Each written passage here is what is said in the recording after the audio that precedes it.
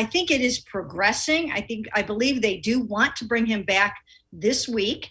And I think that, the goal is, at least right now, it appears that he's supposed to come in on Wednesday. It's not 100% written in stone, but that is the way that it appears right at this moment. And if that happens, if he comes back here, I do think he will end up signing with the Browns. I don't think he'll come here for a second time unless he's really serious about closing the deal. Now, maybe the trip back includes a physical and everybody just wants to make sure that he's healthy as well. But I think it just means that they are getting closer to getting this thing done.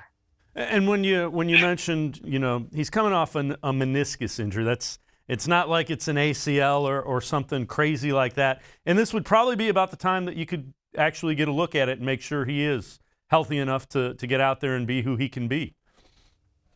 Yes, absolutely. And I think that's important. Sometimes these things take a little bit of time, and logistically nowadays with COVID and everything, it's just not as easy to bring a guy in to get him the physical that he needs. So sometimes that process just needs to play out a little bit.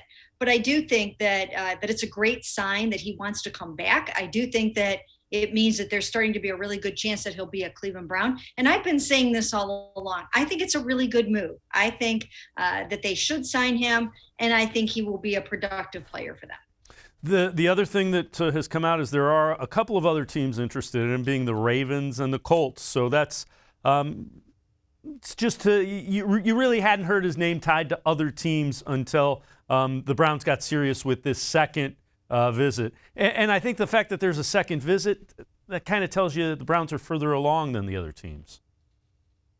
Yes, I think so. But you also have to wonder if the delay in the visit doesn't have something to do with these other teams kind of maybe expressing a little bit of interest.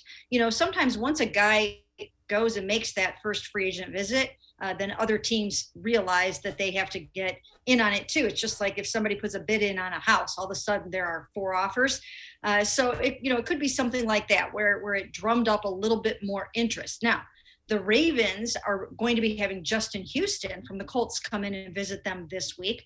Supposedly, according to ESPN, they're not going to sign any more free agents until after the draft. But I mean, really, if you get yourself into sort of a situation where someone else might sign a guy that you want, you might have to go ahead and sign him. So I don't know if this newfound interest from the Ravens and the who was the other team Colts. again? The Ravens and the Colts.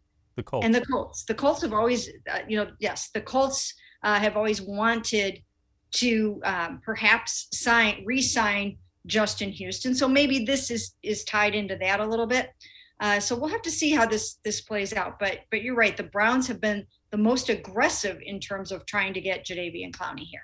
The other thing is when you get to be a guy like Jadeveon Clowney, I think that's important. The Browns weren't afraid to come after him early. They've been consistent. They wanted him last year. So I think that for a guy like Clowney, I think that's important. Is that the sense that you would gather as well? Yeah, I mean, they really pursued him hard last year. Their 1-year offer was bigger than anybody else's, and their 3-year offer, their multi-year offer, was very, very competitive.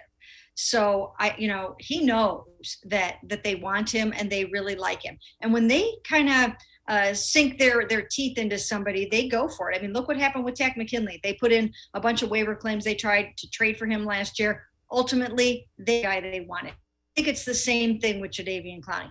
They see something in him that they really like, not the least of which is his ability to set the edge and defend against the run.